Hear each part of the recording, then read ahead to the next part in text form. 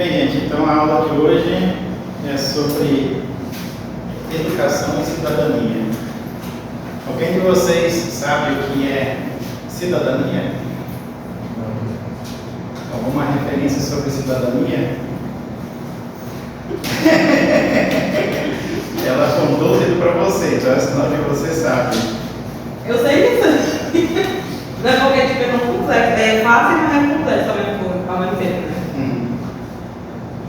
A cidadania, ela vem de cidadão.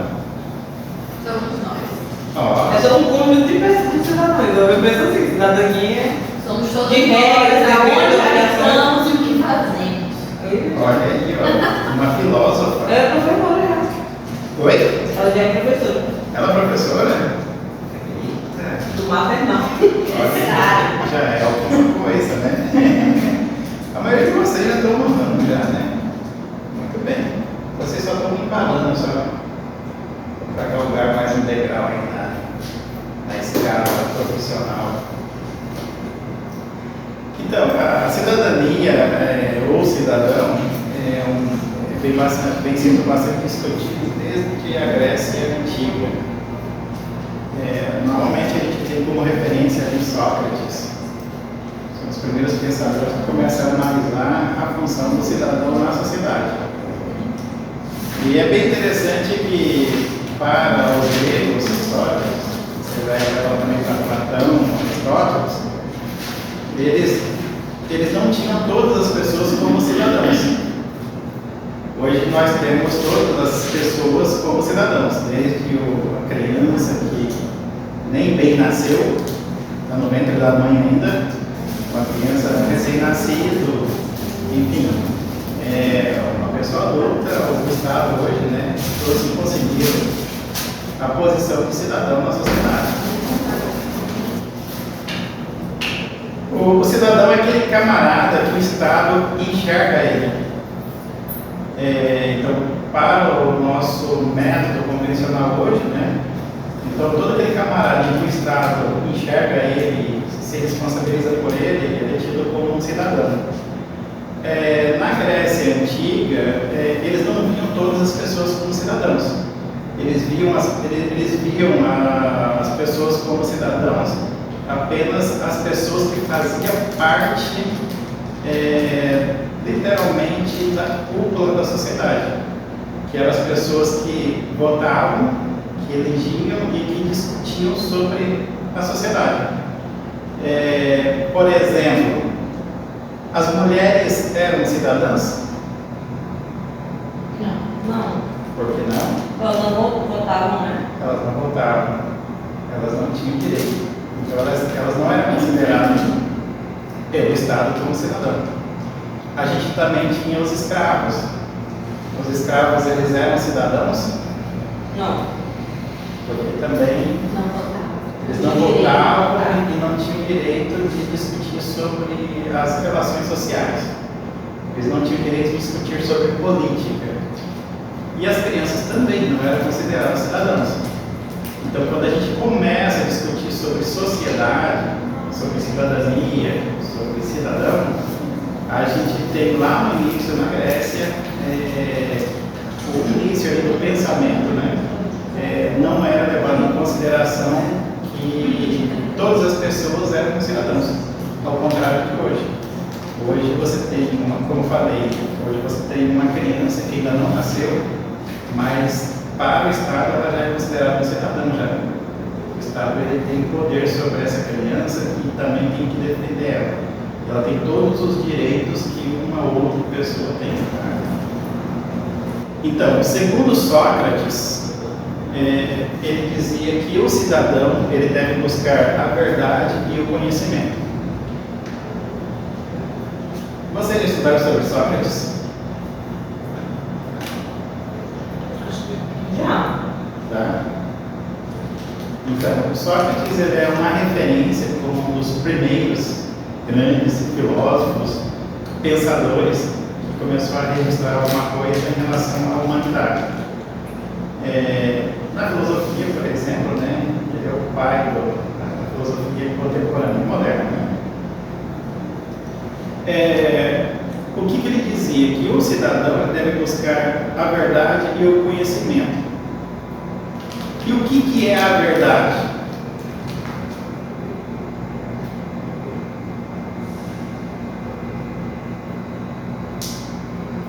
O que é certo, né? O que é certo, exatamente. Olha só que bacana. Platão ele diz que tem 3 verdades.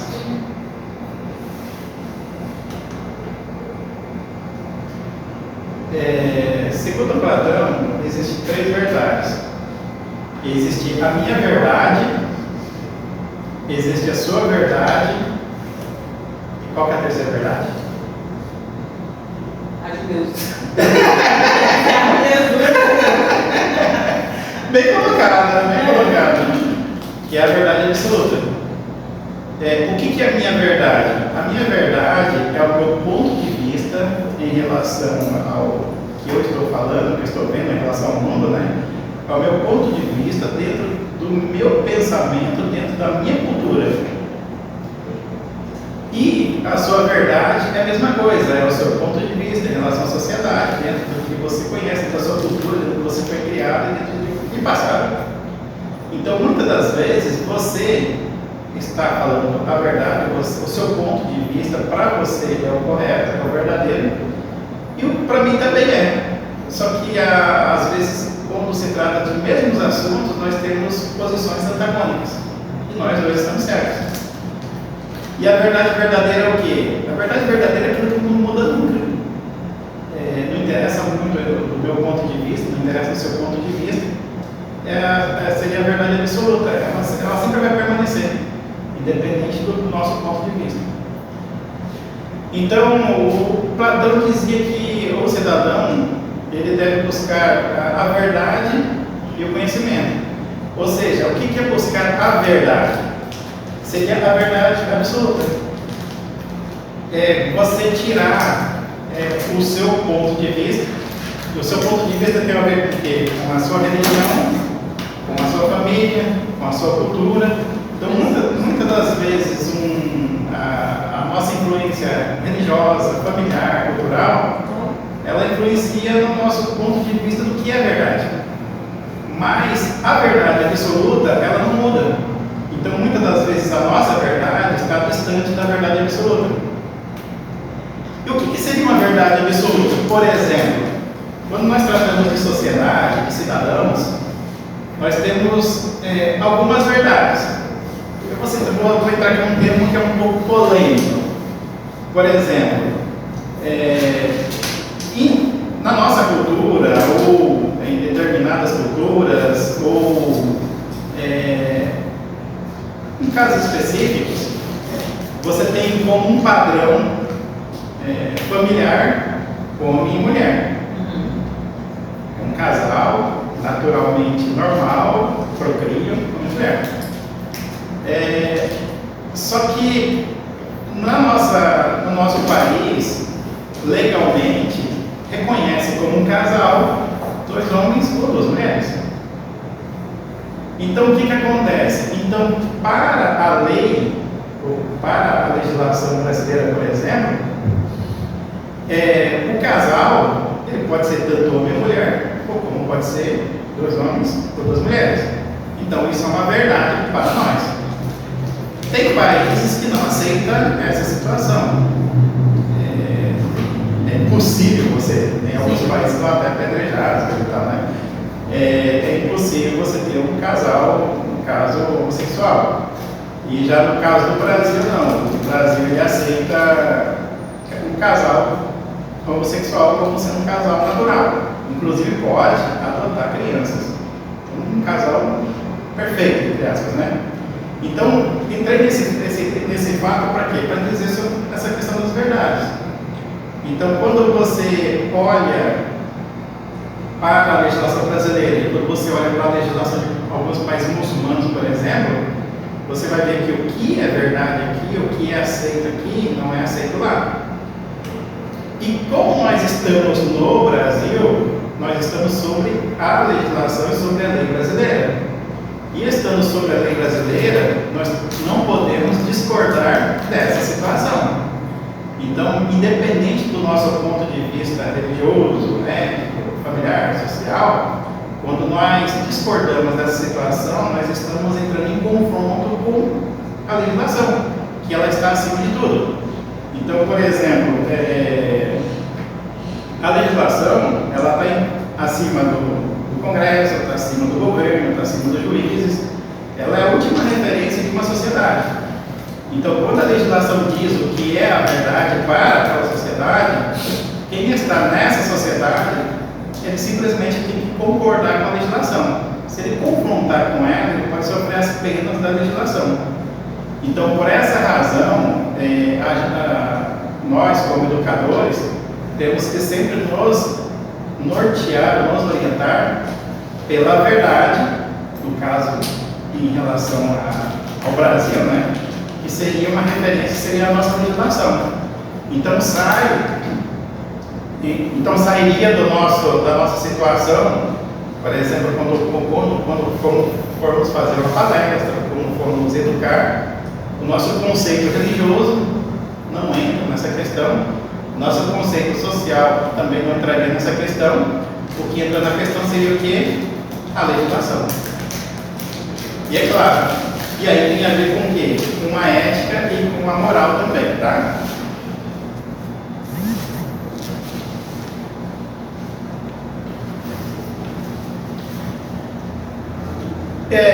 Então, segundo Platão, o cidadão deve buscar a verdade e o conhecimento. O conhecimento também tem relação com o que eu acabei de falar. É você saber o que vai palestrar, saber o que vai falar e saber o que vai ensinar. E também você conhecer em relação a vários assuntos para o dia a dia mesmo, tá? E também, segundo Platão, segundo Sócrates, né? Segundo Sócrates, a vida em sociedade ele exige agir de forma justa e ética. Vocês sabem o que seria agir de forma justa e ética? Justa e ética é a forma que beneficie todos, eu acho, né? Eu não vou prejudicar ninguém. Justa, né? Tipo, Justa e ética. pensando na sociedade, na cidadania, né? No contexto social. No contexto social, o ser humano, ele progrediu dentro do reino animal, como que eu posso dizer assim, porque ele se formou em sociedade. O ser humano, ele não é o mais rápido dos animais, ele não é o mais forte. Então, assim, se ele fosse optar por viver sozinho na natureza, ele seria uma presa fácil. Ele não ia conseguir progredir como sociedade. Então, ele abriu mão de coisas particulares que ele gostaria de fazer, justamente para poder se encaixar no meio social. E se encaixar no meio social, ele tem uma regra bem básica, que o meu direito ele termina exatamente no momento em que começa o direito do próximo. Por exemplo, vocês gostam de ouvir música? Sim. Sim. Beleza. Vocês gostam de ouvir um pancadão meia-noite, 1h da manhã, no máximo volume, tremendo a janela de vocês, da casa de vocês? Que dá até dor de cabeça? Não, mas tem gente que gosta. Aí é que está o detalhe. Então, por exemplo, se tem gente que gosta de ouvir um pancadão 1h da manhã do lado da sua casa, aquela caixa de som desse tamanho assim, né? Que treme a janela e a telha da casa quase voa para cima. Então, o que acontece? Quando você tem um camarada nessa situação, ele está sendo desleal com a sociedade. Ele está sendo desleal com o quê? Com o próximo. Porque o direito do próximo exige que o direito dele termine exatamente como começa o outro. Sim. Camarada que ouviu uma música alta, ele bota um fone de ouvido, pode estourar todos os ouvidos dele, os tímpanos dele, né? sem nenhum problema. Agora, à medida que ele faz, que obriga você a ouvir a música dele, ele está invadindo o seu direito. E pela legislação brasileira, mesmo durante o dia, é proibido você dar música alta. Então, eu só estou explicando para vocês exatamente essa questão aí de que o direito de cada um, ele termina quando começa o do outro. Então, o fato de eu gostar de alguma coisa não me dá direito a obrigar que os outros também gostem daquilo que eu gosto.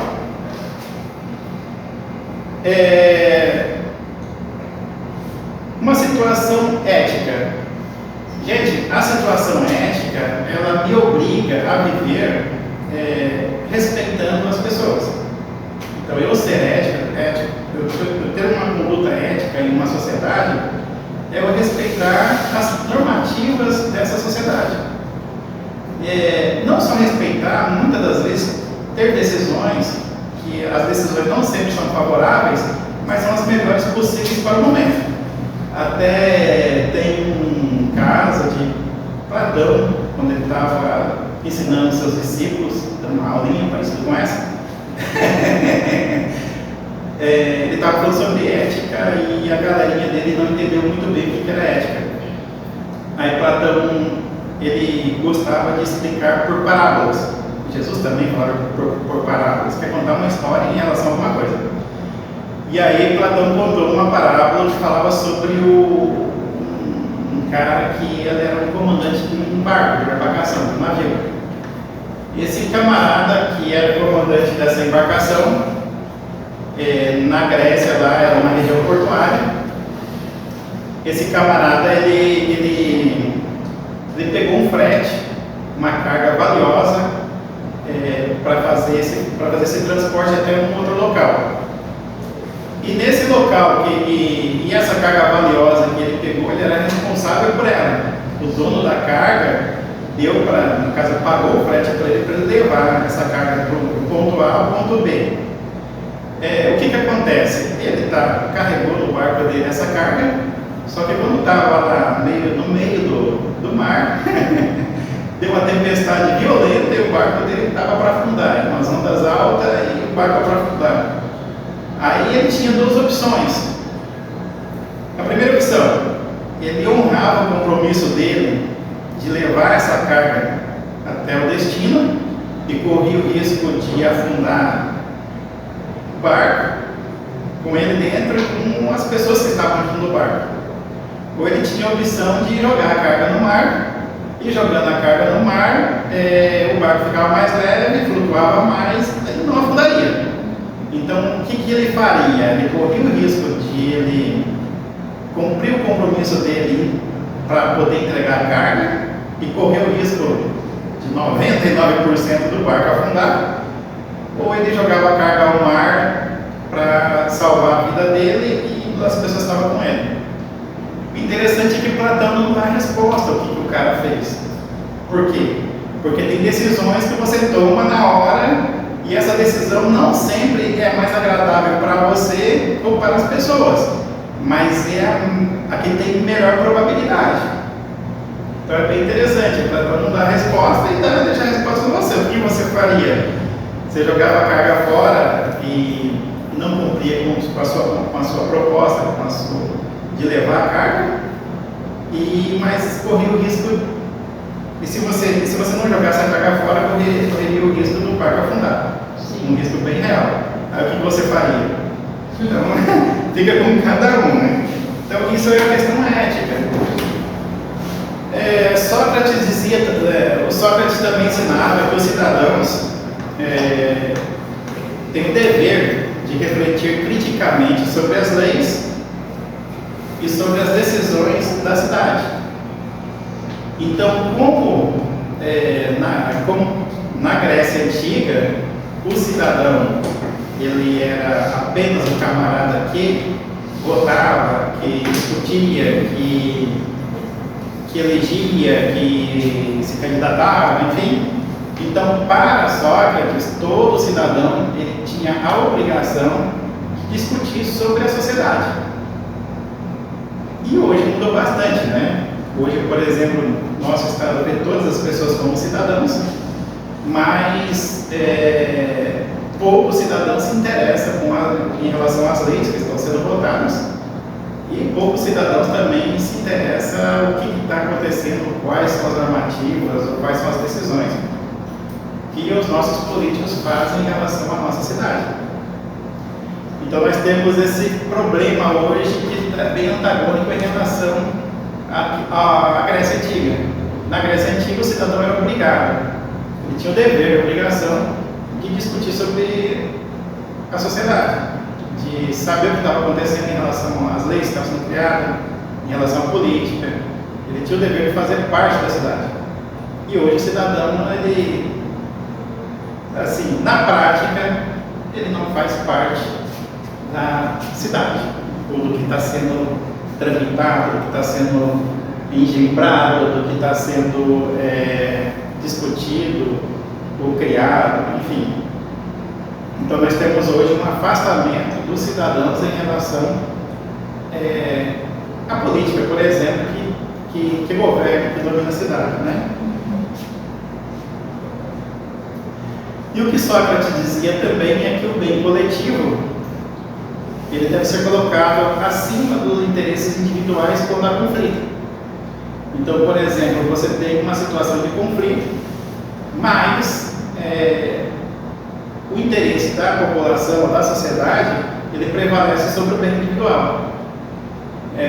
Um exemplo que eu poderia dar: você mora na sua casa e aí vai para a cidade, projetou uma avenida para passar naquela direção e a sua casa está bem no meio da avenida. Então, para Sócrates, a cidade, o responsável, vai conversa com você e muda a sua casa para o lugar. Enfim, uma situação melhor, né? E muda a sua casa para o lugar. Por quê? Porque a sua morada, ela é de fundamental importância para você. Mas a avenida que vai ser feita ali, ela é de interesse social, vai melhorar a vida da comunidade. Então, por essa razão, tem um apego lá que o seu pai morou na casa, você nasceu na casa, mas o bem social deve ser respeitado quando tem conflito. E uma frase de Sócrates é que uma vida não examinada, ela não merece ser vivida. Então, Sócrates abominava, por exemplo, pessoas, né, cidadãos, que ele não tinha esse poder, ou que ele não tinha esse interesse em discutir abertamente as questões sociais.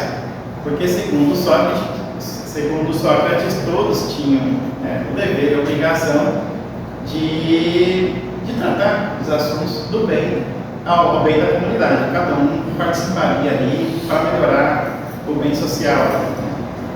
Os conceitos fundamentais de educação e de cidadania. A educação, ela é um processo de desenvolvimento integral do indivíduo. Ou seja, a educação ela deve fornecer ao cidadão o seu desenvolvimento integral. O desenvolvimento em relação à cultura, em relação aos conhecimentos, em relação à tecnologia. Ou seja, só a educação traz esse pacote completo para o cidadão. Então, só através da educação é possível o cidadão chegar na sua maior idade com conhecimento e capacitação técnica suficiente para enfrentar os desafios da vida. E a cidadania? O que é cidadania? A cidadania é um conjunto de direitos e deveres em sociedade. Ou seja, quando você é um cidadão e você está em sociedade, você tem direitos e também tem deveres. Então, o cidadão ele não tem só direitos, tem também deveres. Exatamente.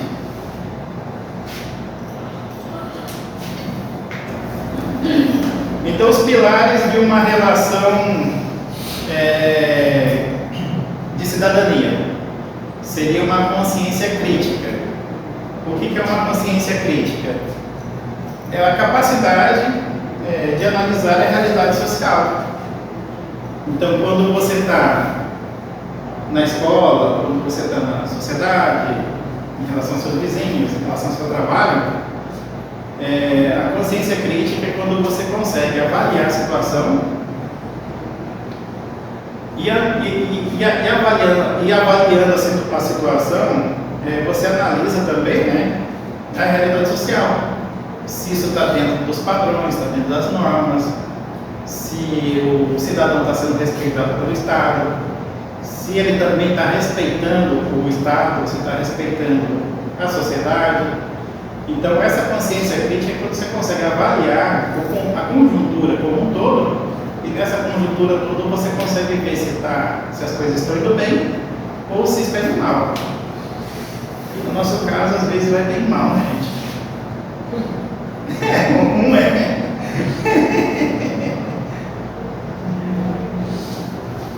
Então, o outro pilar dessa relação seria uma participação ativa.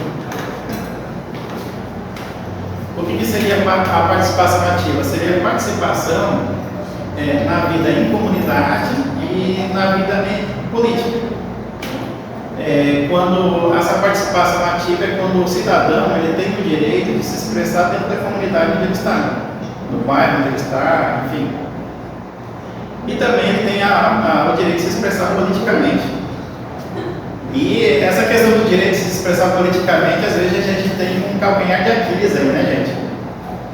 Porque, principalmente hoje, a gente tem uma política bem polarizada. Quando você tem um cidadão que ele tem uma ideologia de esquerda, por exemplo, se você discordar dele, ele te chama de direita. Ele te joga no outro ponto já. Às vezes não tem nada a ver. Só porque você discordou dele, você já virou um direito, homofóbico, sei lá, mais do que nazista, não é nazista, é Mussolini lá na Itália, fascista. Você é um fascista e por aí vai. E a mesma coisa acontece quando você é um camarada que você vai conversar com a pessoa que é de direita. Muitas das vezes você discorda de um ponto de vista do cidadão e ele já te carimba como se você fosse um cara de esquerda. Então, ou seja, isso é um método de vida social? Não é. Porque todo cidadão ele tem o direito de se expressar seu ponto de vista político sem ser questionado. É claro, o questionamento é feito dentro da racionalidade. Eu posso, por exemplo, discordar de alguém, mas de forma racional. Mas não é porque ele é contra o que eu tenho uma visão política que eu vou meter o pé nele, ou que eu vou criticar ele, ou que eu vou desclassificar ele, ou que eu vou xingar ele. Por quê? Porque pela Constituição, e também como nós estamos vendo aqui, todos têm o direito de se expressar. Eu posso concordar ou posso não concordar. Mas assim, o fato de eu não concordar, eu não posso desclassificar a pessoa, não posso xingar a pessoa, não posso querer matar a pessoa. Por quê? Porque todos têm o direito de se expressar politicamente.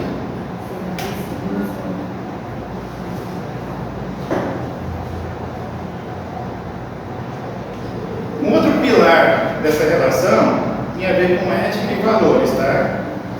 O que seria ética e valores?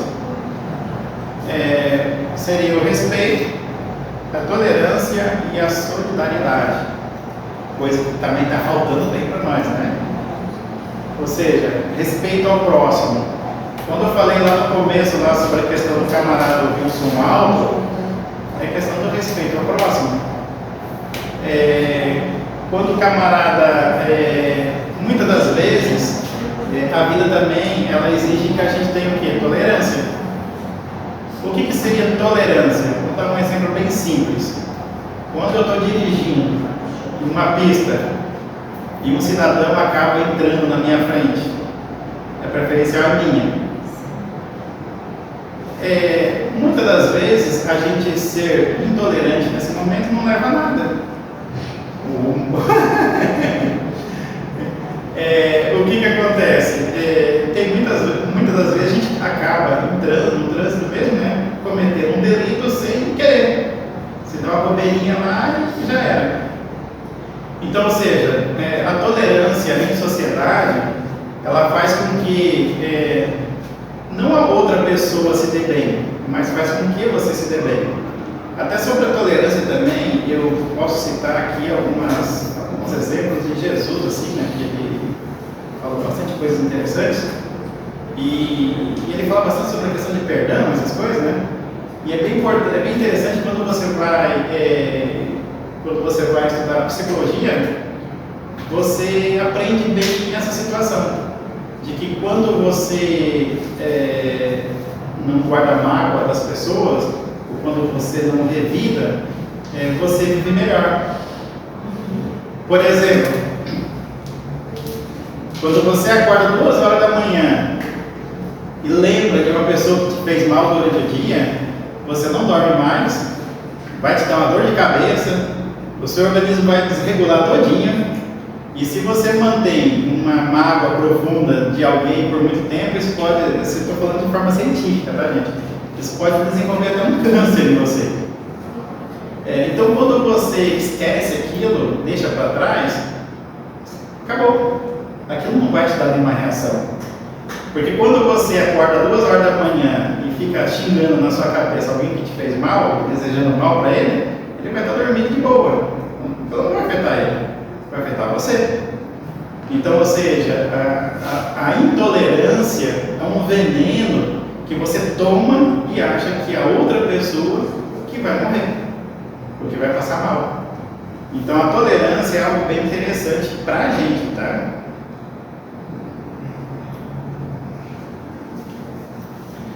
E solidariedade. A solidariedade também é algo que engrandece muito o ser humano. A solidariedade não está no fato da pessoa ser ignorante ao passo de você se prejudicar para ajudar alguém. Eu diria até um ponto bastante interessante. Quando você vai ajudar alguém, você ajuda a pessoa quando você está bem. Por exemplo, todos aqui já estão de avião, né? Não. Não? Hoje mesmo. Morre de medo? Não, não tô só de ônibus. Nossa, estou percebendo. Amanhã sim. Pode ficar à vontade. Vou para outro estado, fui de ônibus. Então, quando você vai andar de avião, tem algumas informações antes do voo, né, que a comissária de bordo passa, que é bem interessante. Por exemplo, em caso de despressurização da aeronave, máscaras caem ali na sua frente. Se você está com o seu filho junto a você, primeiro você coloca a máscara de oxigênio em você, para depois colocar no seu filho. Por que isso acontece? Porque para você socorrer o seu filho, você tem que estar bem. Se você coloca a máscara nele, pode ser que não dê tempo de colocar em você, porque a despressurização, dependendo da altitude, ela é violenta, né? E aí falta oxigênio e você desmaia. Então, ou seja, você vai morrer. Não pelo avião em si, mas por falta de oxigênio. No caso, se você atender você primeiro, vai dar tempo de atender você e vai dar tempo de atender você do seu filho. Então, por essa razão que você atende primeiro você. E isso também vale para todos os pontos da vida. É bom você ajudar as pessoas, é ótimo você ajudar as pessoas, mas quando você pode ajudar. Um exemplo clássico, acontece com um afogamento. Você mal sabe nadar, aí você vê uma pessoa se afogando, você vai ajudar ela? Tá lascado. Você nada só pra você. Você nada só pra você. Você não tem força só pra você, mal apoia, né? O Rafa está falando sobre isso aí, você ouviu aquele passo daquela. Como é que foi aquilo? Que jogaram ela, não é possível, o dia que ele pulou um negócio daquele, eu ia me olhar todo, e quando tem corta aqui, tem corta aqui, eles colocaram no colo. Gente, pelo amor de Deus. Então, aquela situação lá é o esporte radical, né? É o esporte radical, assim, entre aspas, meio seguro, né? E eu pularia daquela lá nem me pagando. O que aconteceu ali? Aconteceu que estava lá as cordas, tudo, né? A menina vestiu lá os aparatos. Só que. Acho que eles esqueceram. Esqueceram, não tem. Porque como colocou todo o equipamento dela, né? Eu acho que eles pensaram que já estava encaixado, né? Sim, não tinha a pessoa, pelo que eu estava vendo nas entrevistas, nos depoimentos das pessoas envolvidas, né? Não tinha a pessoa certa para colocar a corda. Então, tipo assim, tinha 2 ou 3 pessoas ali que fazia lá todo o paranauê. Aí essas 2 ou 3 iam vestindo ali o candidato ao pulo, né? Aí eles vestiam, coisa e tal, daí eu não tinha a pessoa, tipo, você vai botar corda. Não, eu posso pôr, a própria pessoa que pula ponha, ou o outro ponha. Então, como não tinha a pessoa certa para pôr a corda, um achava que o outro colocou. Sim. E aí, infelizmente, foi um acidente, né? Um acidente Sim. trágico, mas me lembro até de um ditado que o meu pai falava: cachorro que tem muito dono morre de fome. Porque um dono acha que o outro tratou dele. E aí o outro acha que o outro tratou. No final, um fica achando que o outro deu comida para o pobre do animal e ninguém deu comida e ele fica com fome. Então esse é o caso. Quando se tratar de situações assim, de risco, né, sempre você tem que delegar funções. Talvez algum dia você se depare não com um pulo do barranco, da ponte, responsabilidade, tem que delegar funções. Você faz isso, você faz isso, você faz isso. Mesmo em sala de aula, quando você vê que o negócio pegou, né, delega funções. Cada um é responsável por uma coisa. Porque se você não deixar pessoas específicas para fazer aquela função, um acha que o outro fez. E daí no final ninguém fez e a casa vai cair. Foi o que aconteceu lá. Infelizmente foi o que aconteceu lá. Então, sobre os temas transversais de educação e cidadania. Nós temos os direitos humanos. Eu acredito que vocês têm uma base boa aí sobre os direitos humanos. Nós temos também a sustentabilidade e meio ambiente. Ou seja, quando a gente respeita o meio ambiente, a gente está também promovendo a cidadania. Nós temos também a diversidade cultural e inclusão. Essa diversidade cultural e inclusão é aquilo que eu comentei logo no início da aula também. Diversidade cultural é quando você respeita a cultura do outro. A cultura ela tudo tem a ver com o quê? Com a religião, com o modo de agir, com o modo de viver. Então, por exemplo, tem pessoas que vivem de forma diferente do que eu vivo. Aí eu vou querer que ele viva igual eu. Aí eu vou querer que ele segue a mesma religião que eu. Aí eu vou querer que ele tenha o mesmo pensamento que eu. Não. Então, ou seja, quando você respeita o modo de vida das pessoas, como elas vivem, a cultura em que elas vivem, então você está praticando aí a diversidade cultural. Ou seja, essa diversidade cultural é quando você respeita as pessoas do jeito que elas são. Então é bem interessante essa questão dos direitos transversais, tá? E também a inclusão. A inclusão é quando a sociedade ela dá oportunidade para pessoas que de repente elas tenham dificuldade de se incluir, elas se sentirem inclusas. Isso tem a ver também com o trabalho, né? Então, por exemplo, na nossa Constituição, uma empresa que tem mais de 100 colaboradores, ela, por lei, ela é obrigada a empregar pessoas com deficiência física. Então, isso é para quê? Porque as pessoas que têm deficiência, que não seriam empregadas porque elas produzem menos, elas têm acesso a esse âmbito de inclusão.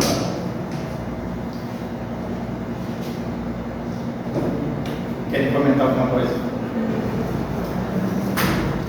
E quais são os desafios atuais que nós temos em relação à educação e à cidadania? Combate às desigualdades educacionais. Vocês acham que a educação no Estado e no Brasil ela é igual para todos? Deem exemplos.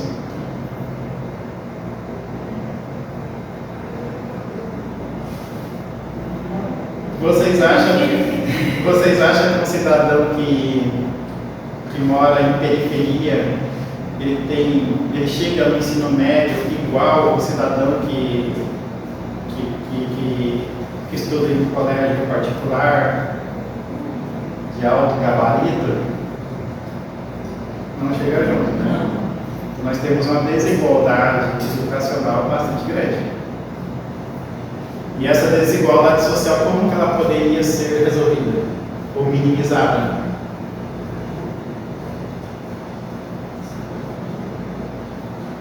Vocês não sabem como que poderia ensinar melhor uma criança de periferia, por exemplo, ou do ensino público, no geral? Bem, gente, tem uma situação que eu defendo abertamente, sempre quando converso sobre a situação viva. Eu acredito que a educação, no caso do ensino básico, né, de primeiro ao quinto ano ali, ele deveria ser feito de forma integral, principalmente nas periferias. Porque o modelo que a gente está tendo, ele não está tendo resposta, ele não está surtindo efeito. Nós temos uma situação que é grave nas periferias, que é os pais trabalham.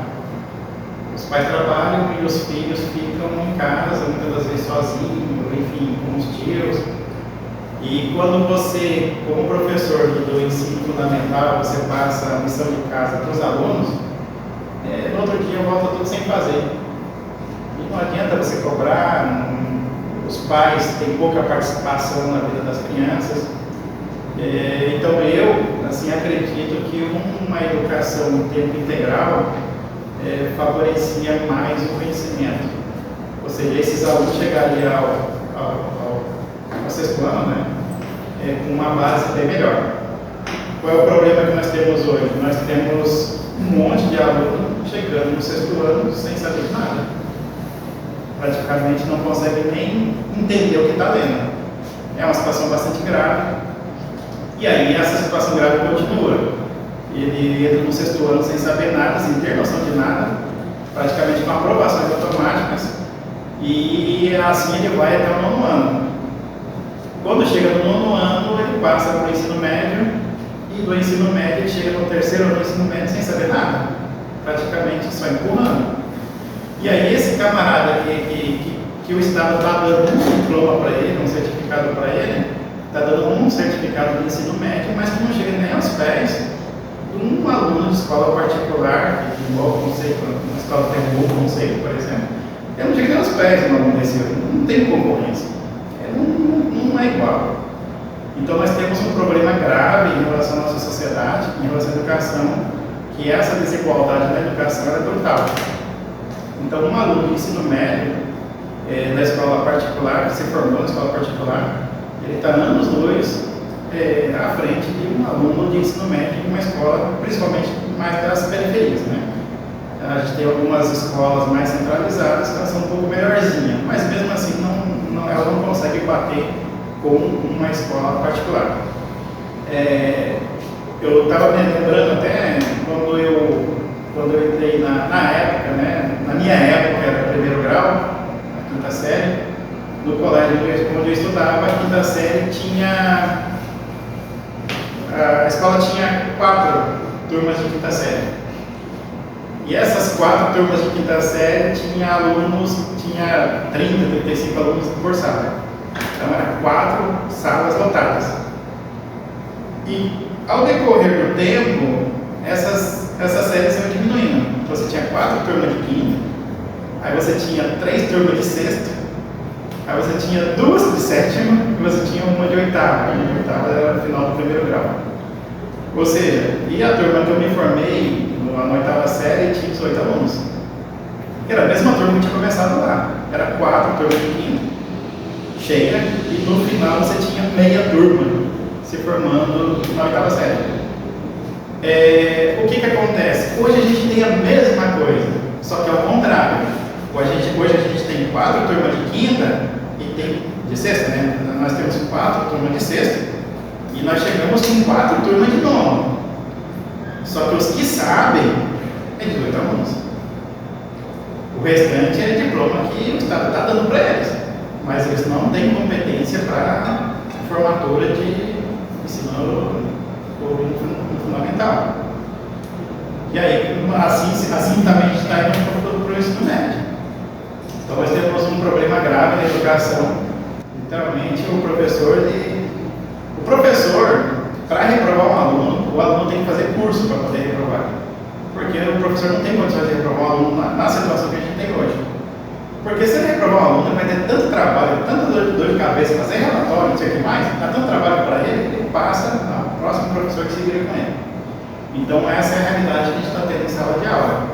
Ou seja, o professor não tem autonomia, e sem contar também que o professor reprovando o aluno, ele tem que se explicar na direção, enfim, dá um rolo danado.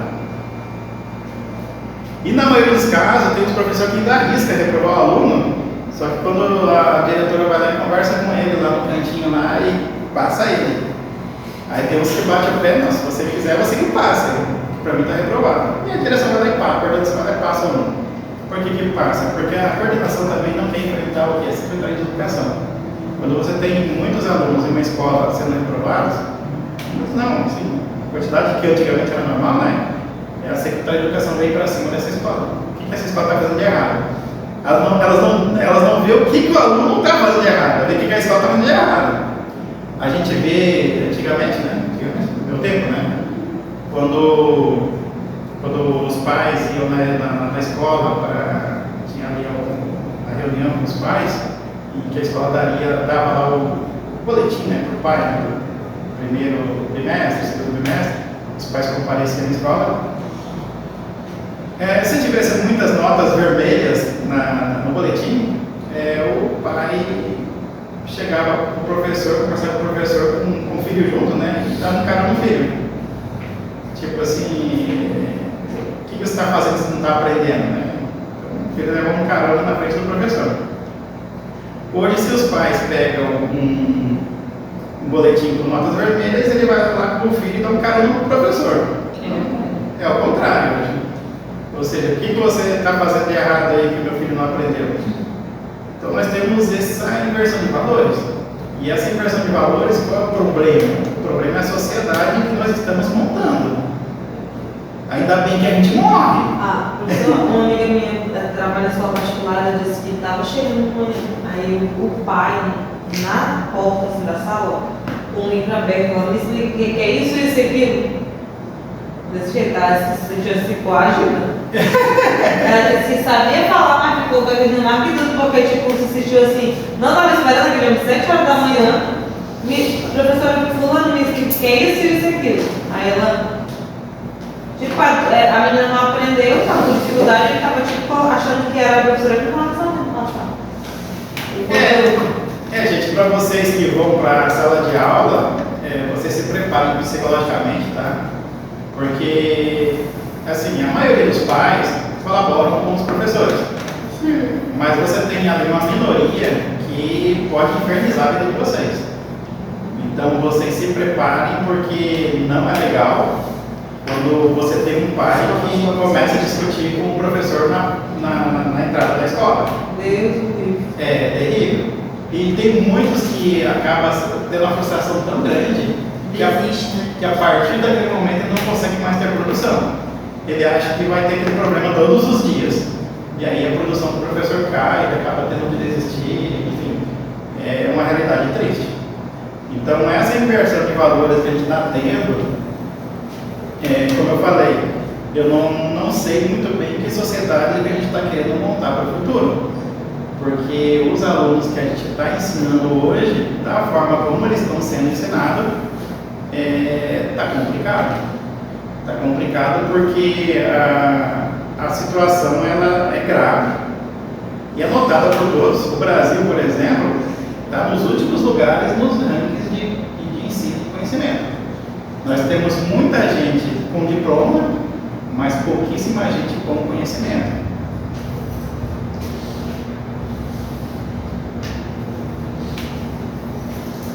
Então, os desafios atuais, que ele acabou de comentar, que seria o combate às desigualdades educacionais, o letramento digital e combate a fake news. O que seria letramento digital?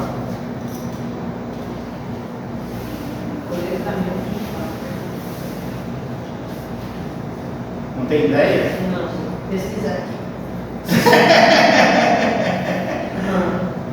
Gente, o letramento digital é quando o camarada senta na frente do computador e não sabe o que fazer. O mundo digital, ele é algo que hoje o pessoal está mais esperto. Mas, por exemplo, na pandemia, a gente teve muitos professores que não sabiam mexer com o sistema digital. E aí nós tivemos muitos. Enfim, a pandemia foi uma desgraça, né? Mas a gente teve assim os alunos sem nenhuma condição mínima de formação. E é claro, foram todos aprovados, né? Não podia reprovar. Por causa da pandemia, eles não eram ocupados. Mas nós tivemos vários professores que não tinham nenhum tipo de comunicação com seus alunos, que não sabia mexer com o sistema. Então, ou seja, quando você não tem professor com a menor capacidade em relação ao sistema digital, como que esse professor vai passar uma base para os seus alunos? Então, assim, o letramento digital, para vocês que vão dar aula, né, pelo menos o básico aí tem a obrigação de saber, tá, gente? Porque é muito vergonhoso para o professor quando ele pega um data show, por exemplo, não sabe como fazer, como montar uma aula virtual. Então, esse é o básico. O professor, não há necessidade que o professor saiba programar, entender programação, nada. Mas o básico tem que saber. Então, ou seja, e uma das situações que a gente tem hoje também é essa questão, ou seja, nós temos muitos profissionais com uma deficiência enorme em relação à questão do letramento digital, tá? Aí combate a fake news. O que é fake news? Ela não é só virtual, né? É algo que foi propagado, mas que não é real. Exatamente. Fake news, assim, resumindo, é a notícia falsa. E como que você combate uma notícia falsa?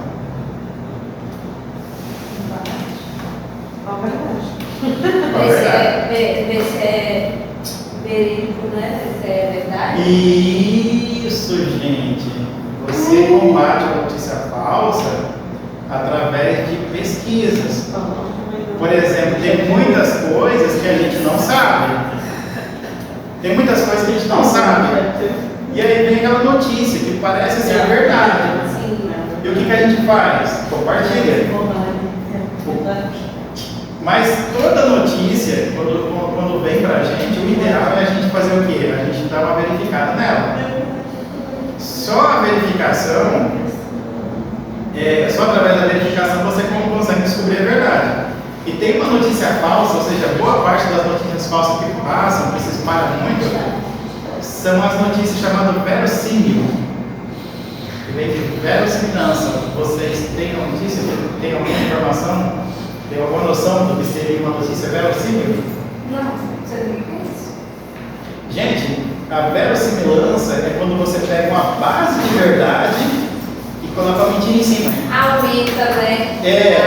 Aumenta, mas inventa. Exatamente. E aí o que acontece? Quando chega aquela notícia falsa, aquela notícia verossímil, você olha a base da verdade e você conhece. Sim. Você, pô, cara, olha só. É verdade, porque tem uma informação, tem 10% da informação que é verdadeira, que aconteceu, né? Então quando você olha que 10% aconteceu, você já passa como verdadeiro. Foi igual quando aconteceu tipo um acidente na caminhoneira, que a caminhonete caiu dentro. No G1 estava escrito que a criança estava dentro do carro, só que a criança não estava dentro do carro. Aí disse que o pai que desceu, porque foi com meu pai que o carro dele desceu ali na coisa. Aí disse que a criança estava dentro do carro, que ele estava tentando salvar, não sei o que, e já era mentira que ele estava lá em cima. Aí então ele aumentou, né? E no G1 ainda. Foi no G1 absurdo. Dizendo que o carro tinha descido, que não sei o que, aí meu pai estava tentando tirar a criança dentro do carro, só que o meu filho estava lá em cima, e o meu pai estava dentro do carro. Infelizmente, hoje a gente tem tem muito esse problema de notícia verossímil, né? Sim. Essas notícias verossímil é algo que você vê que tem uma base de verdade nela. E se você não cuidar, você vai passar uma informação falsa e que não tem nada a ver. E o problema é quando essa informação falsa. Por exemplo, teve uma situação que aconteceu alguns anos atrás, não me lembro quanto tempo faz, mas foi uma situação em que um jornalzinho de uma cidade de interior publicou que tinha uma mulher que dava agrado para criança, tipo fruta, pão, e aí pegava essa criança para fazer magia negra. Mas o jornalzinho pegou essa informação de uma outra cidade, longe, distante, não tinha nada a ver. Ele publicou apenas para preencher lá a página do jornal. Sim. Aí a gente teve um problema que uma mulher comprou lá umas frutas numa feira, não sei se vocês se lembram dessa situação, mas uma mulher comprou umas frutas numa feira, ela ia passando, viu uma criancinha que estava olhando para ela, né, com a fruta, ela pegou uma banana para dar para a criança. E a aparência dessa mulher era parecida com o retrato falado que estava no jornalzinho. Então é tipo aquele caso, qual era aquela novela que teve uma novela que passou a situação também, que a menina tinha feito fake news com ela, quando ela foi tipo na feira, o pessoal mataram até ela e não era ela. Foi numa novela que passou, se eu não me engano. As novelas normalmente eles refletem um pouco, né, sobre o eu não sei qual era a novela, que colocou esse caso também da mulher, que ela foi confundida com outra, aí a população viu que era ela, que estava sequestrada, criança, não sei o quê, e mataram ela, né, espancando essas coisas. Essa aconteceu.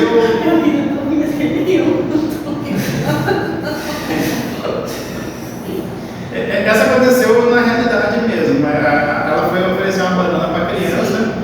Aí a mãe olhou e reconheceu ela com um retrato falado do jornal e falou: essa macumbeira que pega a criança.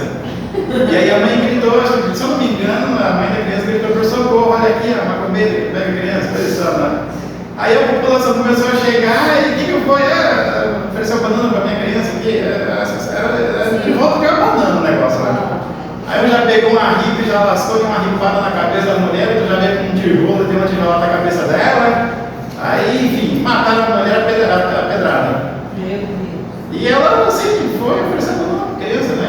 Morreu de graça. Porque aí não pode ser legalzinho demais.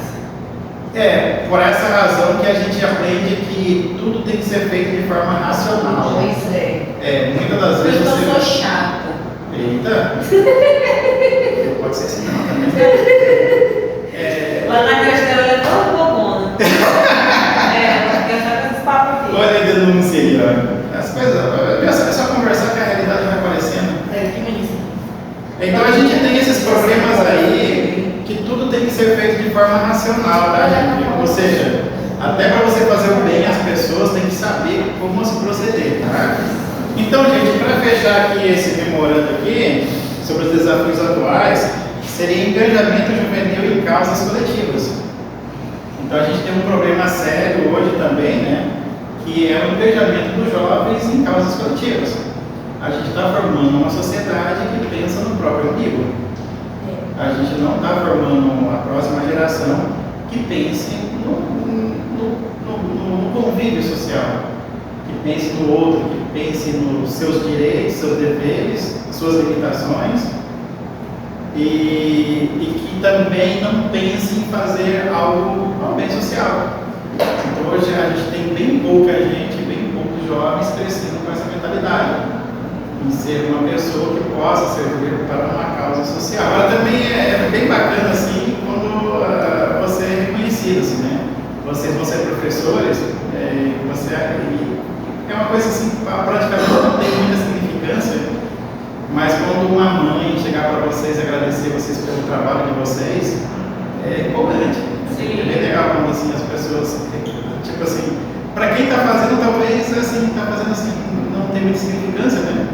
Mas para quem está na área é bastante bastante significante quando alguém reconhece o trabalho, né? Enfim, eu acho bem legal isso aí. E eu já tive professores fantásticos nesse sentido. Eu tinha uma professora que ela era de química, deu aula no primeiro ano do segundo grau. Ela no segundo dia de aula já chamava todos por nome já. E ela tinha, assim, cheio, né? De segunda a sexta, dando aula em todas as turmas, eram várias turmas. E ela dava aula manhã, tarde e noite, ela era doida. Ela era japonesa, ela dava aula manhã, tarde e noite, ela era louca mesmo. E ela decorava o nome de todo mundo. No máximo ali na terceira aula que ela estava dando, que ela aprendia o nome dos últimos, né?